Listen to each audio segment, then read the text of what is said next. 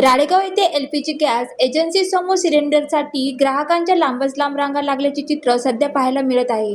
शासनाकडून एलपीजी धारकांसाठी केवायसी सक्तीत करण्यात आल्याने ग्राहक मोठ्या प्रमाणात एजन्सीकडे धाव घेत आहेत. नवीन नियमावली लागू झाल्यानंतर तसेच जागतिक परिस्थितीमुळे भविष्यात गॅसचा तुटवडा निर्माण होईल या भीतीने नागरिकांमध्ये घबराट पसरली आहे. परिणामी शेकडो ग्राहक सकाळपासून एजन्सी समोर रांगा लावत असून महिलांसह मजूर वर्गालाही मोठ्या अडचणींना सामना करावा लागत आहे. विशेष म्हणजे एजन्सीकडे अपुरा कर्मचारी वर्ग असल्याने दिवसभरात केवळ 40 ते 50 ग्राहकांचे केवायसी पूर्ण होत आहे. त्यामुळे अनेक ग्राहकांना तासनतास रांगेत उभे राहूनही रिकाम्या हाताने परत जावे लागत आहे. कायदे धंदे सोडून गावोगावीहून आलेल्या नागरिकांचा यावेळी मोठा हिरमोड होत आहे. विशेष म्हणजे एजन्सीकडे अपुरा कर्मचारी वर्ग असल्याने या गंभीर परिस्थितीची दखल घेत शिवसेना उद्धव बाळासाहेब ठाकरे पक्षाच्या पदाधिकाऱ्यांनी पुढाकार घेतला आहे. तालुका प्रमुख विजय पाटील, शहर प्रमुख शंकर गायधने, महिला आघाडीच्या पार्वता मुकरे,